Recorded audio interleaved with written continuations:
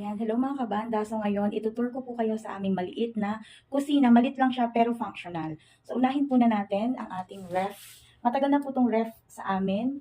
Bagong kasal pa lang po yata kami ni Mr. Banda. Ref ko na to. Ref na namin to. So yan, ang aming ref. Malit lang siya.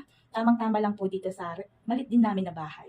And we also have yung aming microwave oven kung saan po kami nag-iinit ang aming mga pagkain.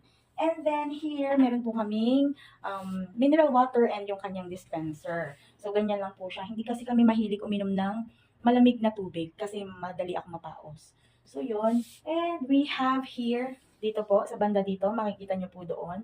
Meron kaming blender. Meron akong air fryer. Dito po yung aking snack corner. Kung ano-anong mga snack po dyan. And then, meron kaming water kettle, electric water kettle. And andito rin po yung aking coffee press. Ayan siya. Ayan, aking coffee press. Nandyan.